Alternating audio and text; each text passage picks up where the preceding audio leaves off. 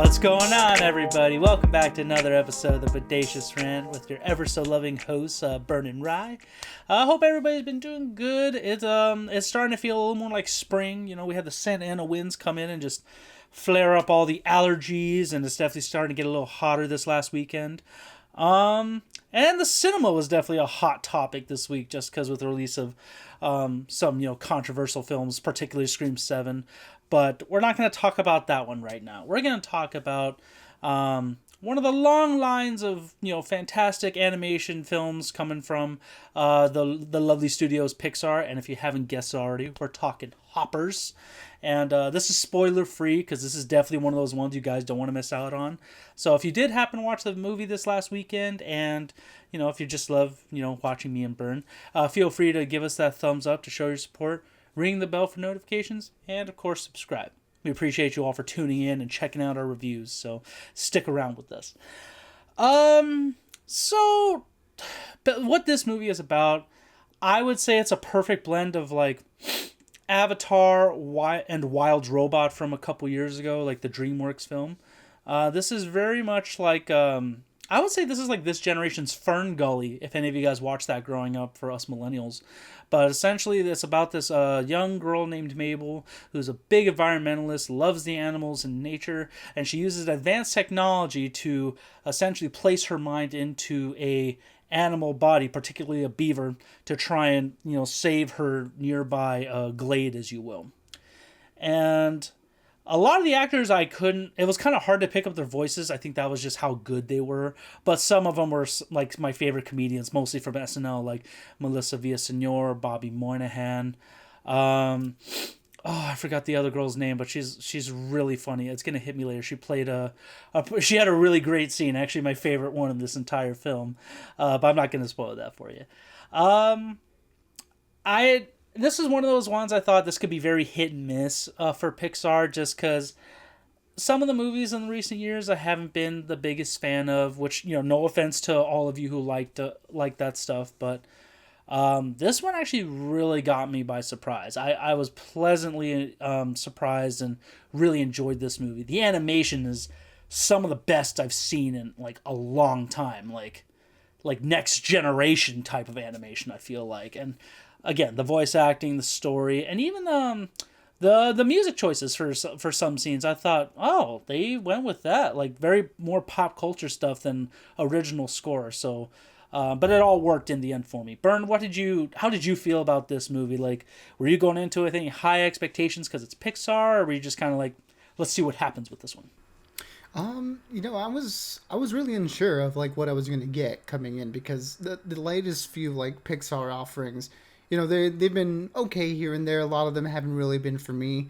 And in this one in particular, I didn't watch any sort of trailer or anything so I came into this very cold, outside of the little lizard that it's been just floating around the internet for the last few months and it's just taking the world by storm. So outside of that, I really had no idea what this movie was about, and that was kind of cool, coming into this with no expectations of like what the story is. I just know it's Pixar, and Pixar at the very least, their animation is always top of the line, so I knew I was going to get a visual treat.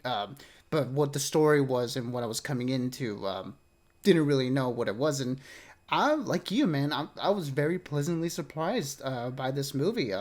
Like you mentioned, it goes without saying, the animation here is top notch, and some of the environments and some of the little details that they get are just next level.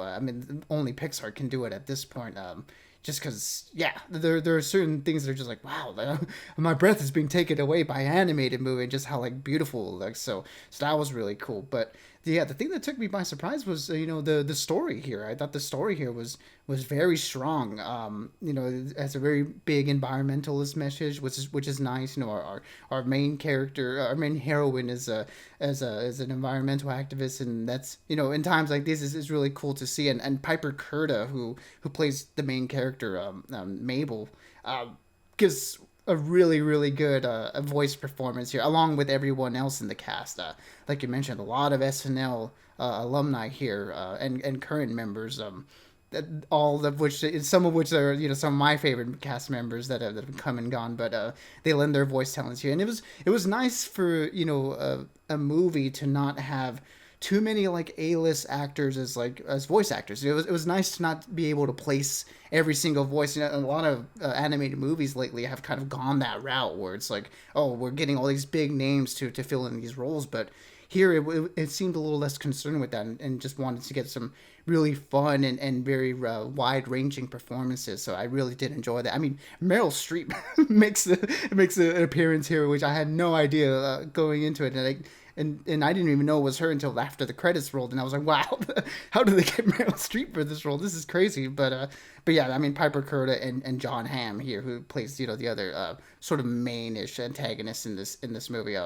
A really fun performance. Another fun performance by Dave Franco here as well. Just the movie has this sort of really chaotic and wild energy about it that very like Looney Tunes esque in some cases, and that really took me by surprise. And all the voice cast gave it 110% here, in the sort of that sort of that feeling and that energy that they brought to it just worked with all the visuals in simultaneously. So yeah, it was just a treat from beginning to end, and I gasped, I laughed, and this is probably one of the funniest Pixar movies I'll say, probably since Monsters Inc.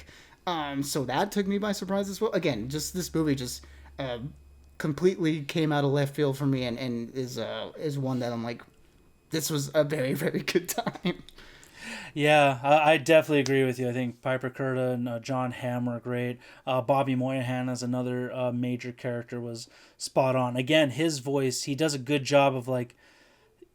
I guess I agree with you is what I'm trying to say. I'm doubling down on your point that these voice actors, they don't make it so easy to pick them up. They definitely mask their voices a little bit to fit the characters, so it feels like it's an entirely original cast. But yeah, like I said, I do love the nature message behind it. We don't get too many of these movies nowadays, like mostly because I want to say movies like Avatar and stuff like that have kind of dominated that space a little bit. But with movies like Wild Robot and this, it's nice that we're getting that emphasis and taking care of nature, and that we're all part of one ecosystem and in a way one species. So, you know, as a good quote in the movie says, we're all in this together. So I think we all need to remind ourselves of that. But yeah, I think I definitely agree with you. It's one of the funniest ones. Like some of those ridiculous moments, but then some of the more realistic moments I've seen from a Pixar film, especially with the depiction of the animals and stuff. Whether you're from the human point of view or the animal point of view, it all worked out really well. Did not feel like I was watching two different storylines or anything. So they able to do that, fantastically. Rewatched it again just because I had the time this weekend, and there's some of them, like I said, some of the box office, I was like, I'm a little iffy on this one. I think I'm going to settle with this one so far. And honestly, it's probably early to say. I don't think I'm going to go downgrade it yet, but I'm going to give this one a 5 out of 5. Actually, you know what?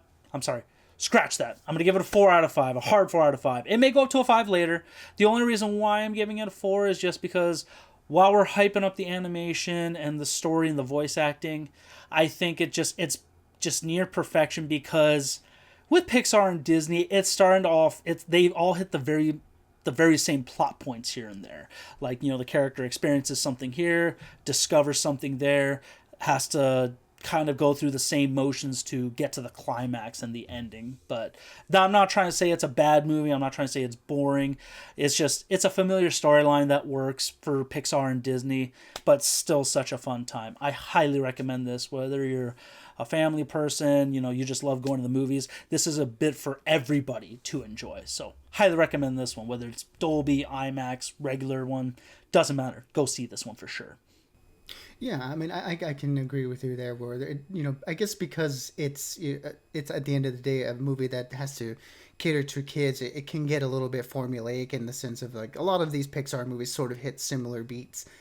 So yeah, I definitely felt that as well. But again, I was taken surprised by a lot of other things in this movie, and I think people coming into this one will be surprised as well. I am curious to see how the younger audience might feel towards this, because just because there's some things that happen in this movie that kind of it might be a little bit creepy for kids. There was certainly someone sitting behind me that the little kid was like, "Oh, I don't. This is a little might be a little bit much for me."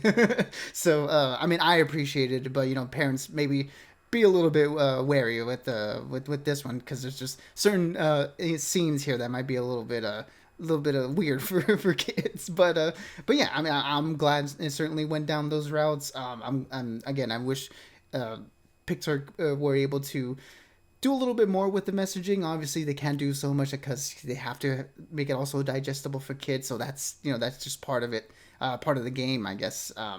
But yeah, I mean, I was really taken by surprise by this movie, as I've said many times in this review.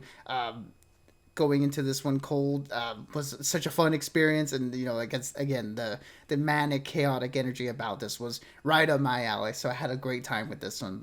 So for me, this one is also going to be a 4 out of 5. Definitely one of the better movies we've gotten so far in this very, very early part of the year. Highly recommend for people to go check it out. 100%. I'm glad we also agree on this one. It's always nice when we have the same rating, Burn. So it's a 4 out of 5 for both me and Burn. My rating may change later in the year. Could be in my top 10. Who knows? We'll have to see. But yeah. So if you guys did happen to really enjoy this movie, or any aspect you just were marveled at like Burn and I was, feel free to let us know in the comments without spoiling it, of course. And yeah, we're now into March, so there's definitely some interesting movies coming out this month. So stay tuned for those reviews. And as always, stay bodacious and keep on ranting for us. Absolutely, everybody. Be good, be safe, and as always, we'll catch y'all on the next one.